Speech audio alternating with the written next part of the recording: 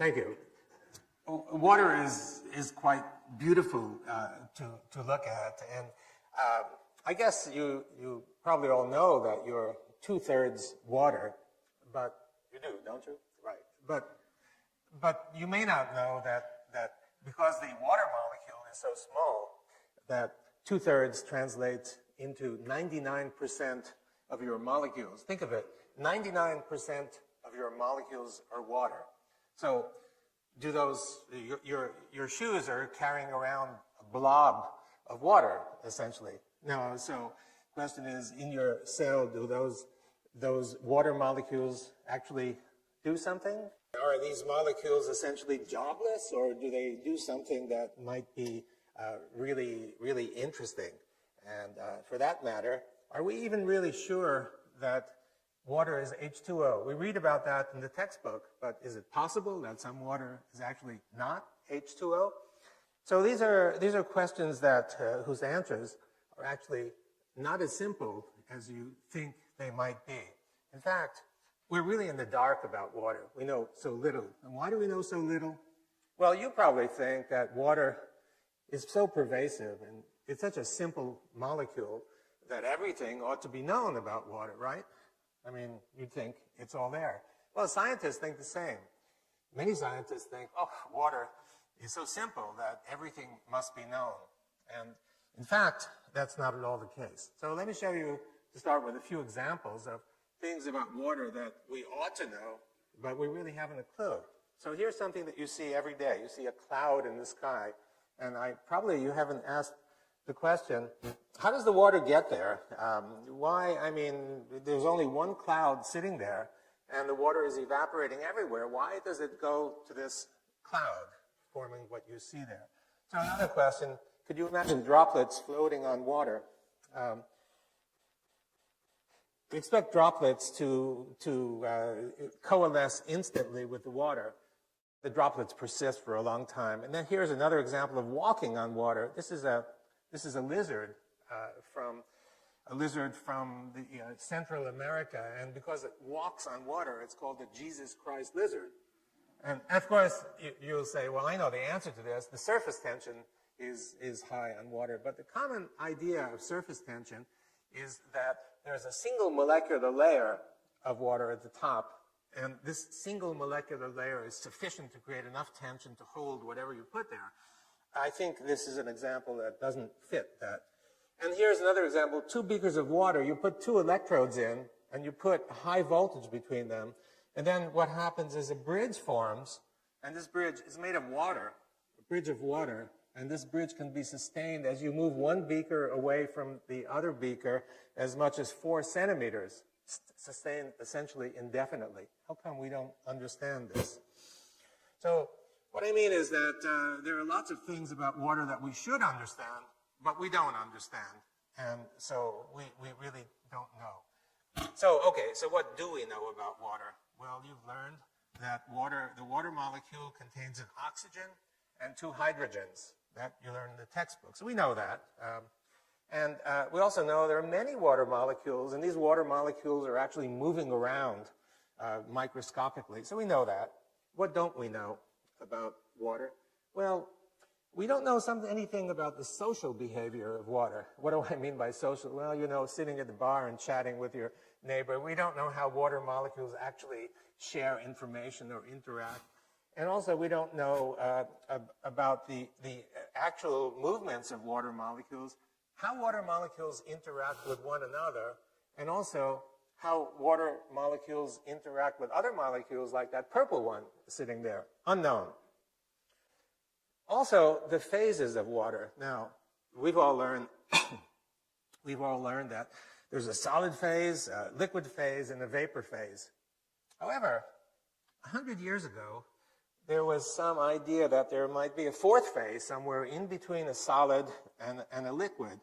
Sir William Hardy, a famous physical chemist, 100 years ago exactly, professed that there was actually a 4th phase of water, and this water was kind of more ordered than other kinds of water, and in fact had a gel-like consistency.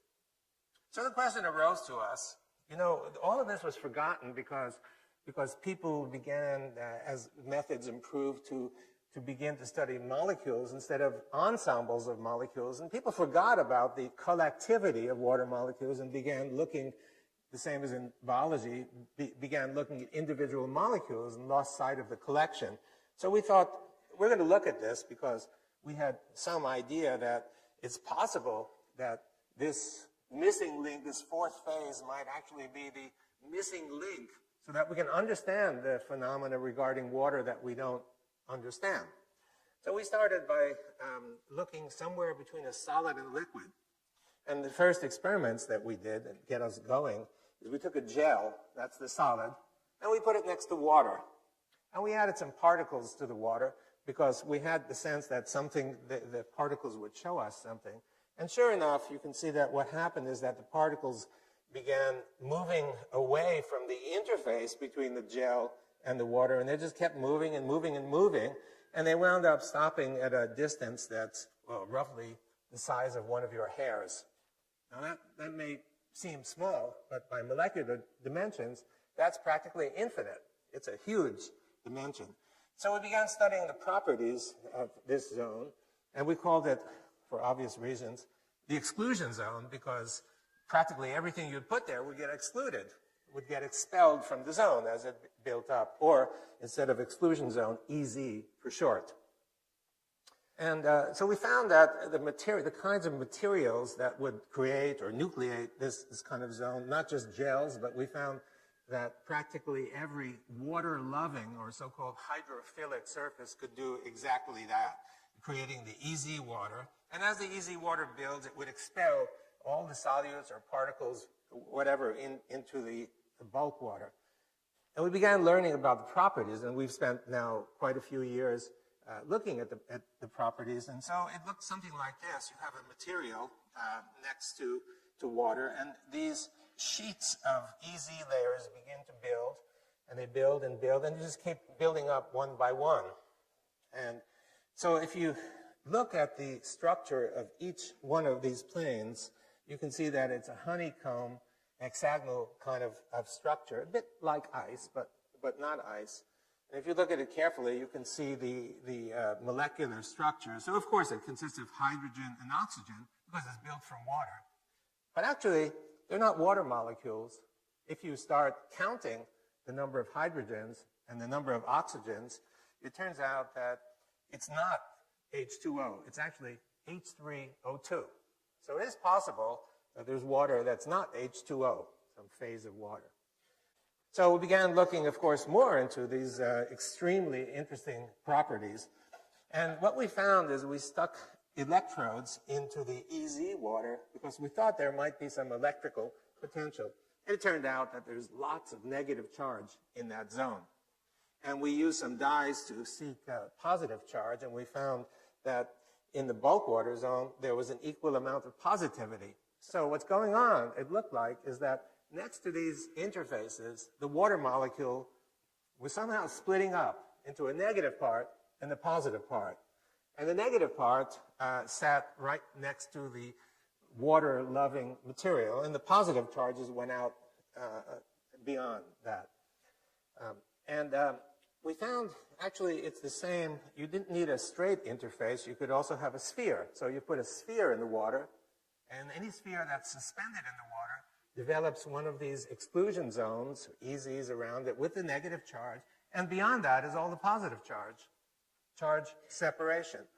It didn't have to be only a material sphere. In fact, you could put a droplet in there, a water droplet, or in fact, even a bubble. You get the same result. Surrounding each one of these entities is a negative charge and the separated positive charge. So here's a question for you.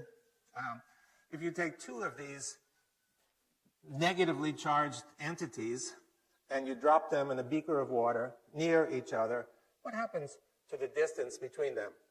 Now, I bet that 95% of you would say, well, that's easy. I learned in physics, negative and negative repel each other. So therefore, they're going to go apart from one another, right? Is that what you'd guess? Well, the actual result, if you think about it, is that it's not only the positive charge, negative charge, but you also have positive charge.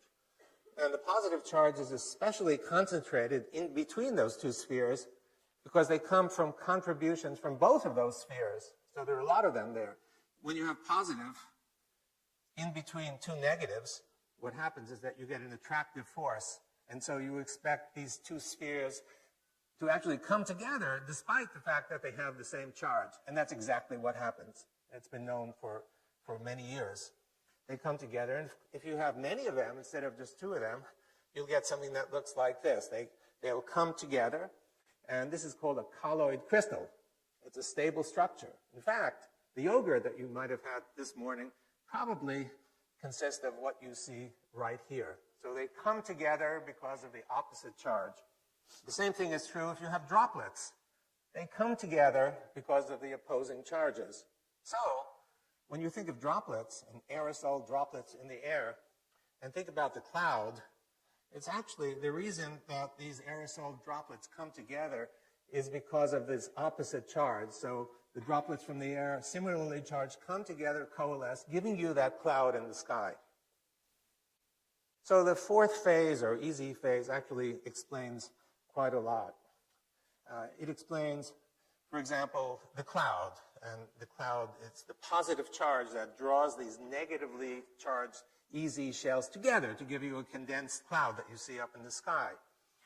In terms of the water droplets, the reason that these are sustained on the surface for actually sometimes as long as tens of seconds, and you can see it. If you're in a boat and it's raining, you can sometimes see this on the surface of the lake. These droplets are sustained for some time. The reason they're sustained is that each droplet contains this shell, this easy shell. And the shell has to be breached in order for the water to coalesce with the water beneath. Now, in terms of the Jesus Christ lizard, the reason the lizard could walk is not because of one single molecular layer, but there are many easy layers lining the surface, and these are gel-like. They're stiffer than ordinary surfaces. So therefore, you can float a coin on the surface of the water. You can float a paper clip. Although if you put it beneath the surface, it sinks right down to the bottom. It's because of that. And in terms of the water bridge, if you think of it as plain old liquid bulk water, it's hard to understand. But if you think of it as easy water and the gel-like character, then you can understand how it could be sustained with almost no droop. It's a very stiff structure. Okay, so all well and good, but why is this useful for us?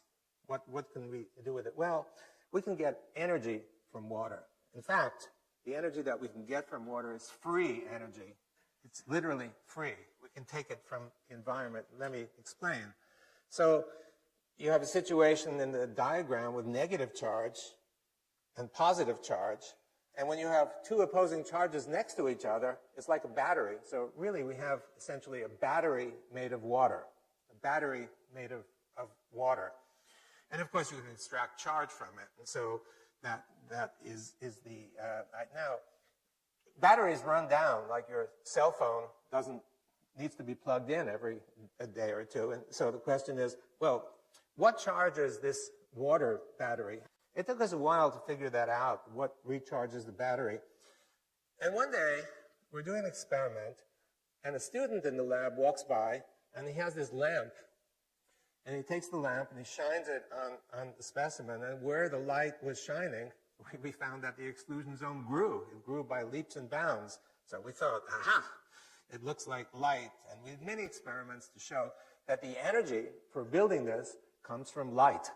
It comes not only from the direct light, but also indirect light. What do I mean by indirect light? Well, what I mean is that the indirect light is for example, infrared light that exists all over this auditorium. If we were to turn out all the lights, including the floodlights, and I pulled out my infrared camera and looked at the audience, you'd see a very clear, bright image. And if I looked at the walls, you'd see a very clear image. And the reason for that is that everything is giving off infrared energy. You're giving off infrared energy. That's the energy that's most effective in building this charge separation and this fourth phase. So in other words, you have the material, you have the easy water, and you collect energy from outside. And as you collect the energy from outside, the exclusion zone builds. And if you take away that extra energy, it'll go back to its normal size. So this battery is basically charged by light, by the sun. It's a gift from the sun.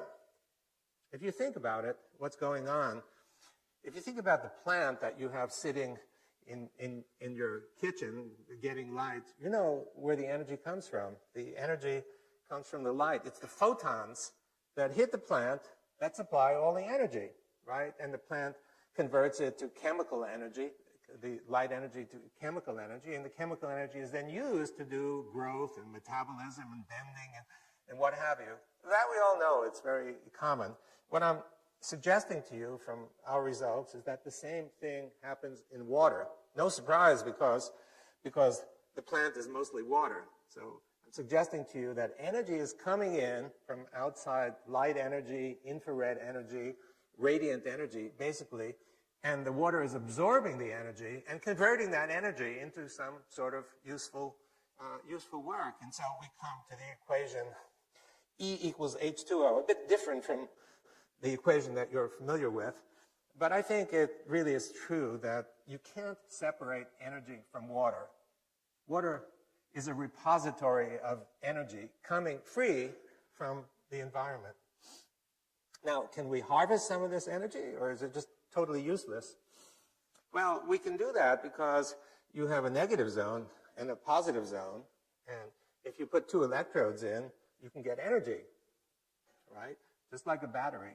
And we've done that, and we're able to, for example, a very simple optical display can be run from the energy that you can get from here. And obviously, we need to build it up into something bigger and more major in order to get the energy. This is free energy, and it comes from water. Another opportunity that we've been developing is getting clear, free drinking water. So if you have a hydrophilic material, and you put contaminated water next to it with junk that you want to get rid of. So what happens, as I've shown you, is that this stuff gets excluded from beyond the exclusion zone, and the remaining EZ doesn't have any contaminants. So you can put bacteria there, and the bacteria would go out. And because the exclusion zone is big, it's easy to extract the water and harvest it. And we've done that, and we're working on trying to make it practical. Well, one of the things we noticed is that it looks as though salt is also excluded. So we're now thinking about extending this to putting in ocean water, and you put the ocean water in, and if the salt is excluded, then you simply take the EZ water, which should be free of salt, and you can get drinking water then out of this. Also, getting biological energy. So the cells are full of macromolecules, proteins, nucleic acids, and each one of these is a nucleating site to build EZ water. So around each one of these is EZ water. Now, the EZ water is negatively charged, and the region beyond is positively charged. So you have charge separation, and these separated charges are free, available to drive reactions inside your cells. So what it means really is it's a kind of photosynthesis that your cells are doing. The light is being absorbed, converted into charge separation, just the same that happens in photosynthesis, and these charges are used by you. One example of this is obtaining energy on a larger scale. I mean, the energy is coming in all the time from all over. And it's absorbed by you actually quite deeply. If you take a flashlight and you shine the flashlight through the palm, you can actually see it through here. So it penetrates quite deeply. And you have many blood vessels all around you, especially capillaries near the periphery. And it's possible that some of this energy that's coming in is used to help drive the blood flow. And let me explain that in a moment. So what you see here is the microcirculation. It's a piece of muscle, and you can see a few capillaries winding their way through. And in these capillaries are the red blood cells that you can see. Now, a typical red blood cell looks like on the upper right, it's big, but when they actually flow, they bend. The reason they bend is that the vessel is too small. So the vessel is sometimes even half the size of the red blood cells. They're going to squinch and go through. Now, it requires quite a bit of energy to do that. And the question is, does your heart really supply all the energy that's necessary for driving this event? And what we found is a surprise. We found that if we take a hollow tube made of hydrophilic material, just like a straw, and we put the straw in the water, we found constant, unending flow that goes through. So here's the experiment. Here's the tube, and you can see that the tube is put in the water. We fill it the inside just to make sure it's completely filled inside and put it into the water. And the water contains some spheres, some particles, so we can detect any movements that occur. And you look in the microscope, and what you find looks like this: unending flow through the tube. It can go on for a full day, as long as we've looked at it. So it's free. Light is driving this flow in a tube. No extra source of energy other than light. So if you think about the human and think about the energy that's being absorbed in your water and in your cells, it's possible that we may use some of this energy to drive biological processes in a way that you had not envisioned before. So what I presented to you has many implications for science and technology that we've just begun thinking about. And the most important is that the radiant energy is absorbed by the water and giving energy to the water in terms of chemical potential. And this may be used in biological contexts, for example, as in flow, but many other blood flow in many other contexts as well. And when you think of chemical reactions that involve water, you just think of a molecule sitting in the water. But what I've shown you is not just that. You have the molecule or the particle, easy, positive charge, the effect of light. All of those need to be taken into account. So it may be necessary to reconsider many of the kinds of reactions or understanding these reactions that we've learned about in our chemistry class. Weather. So I've shown you about clouds. The critical factor is charge. If you take a course in weather and such, you hear that the most critical factors are temperature and pressure. Charge is almost not mentioned, despite the fact that you can see lightning and thunder all the time. But charges may be much more important than pressure and temperature in giving us the kind of weather that we see. Health. When you're sick, the doctor says, drink water. There may be more to that than meets the eye. And in food is mostly water. We don't think of food as being water, but it's mostly water. If we want to understand how to freeze it, how to preserve it, how to avoid dehydration, we must know something about the nature of water, and we're beginning to understand about that. In terms of practical uses, there's desalination possibility. And by the way, the desalination, where you need it most is where the sun shines the most, in dry areas. So the energy for doing all this is available, freely available to do it.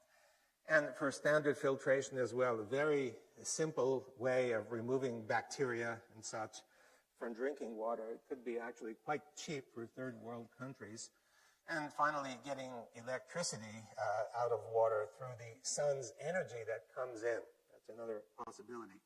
So I've tried to explain to you how water's fourth phase, really understanding that water has not 3 phases, but 4 phases. And understanding the fourth phase, I think, is the key to unlock the door to understanding of many, many phenomena. And mostly, what we like most is understanding the gentle beauty of nature. Thank you very much. Thank you.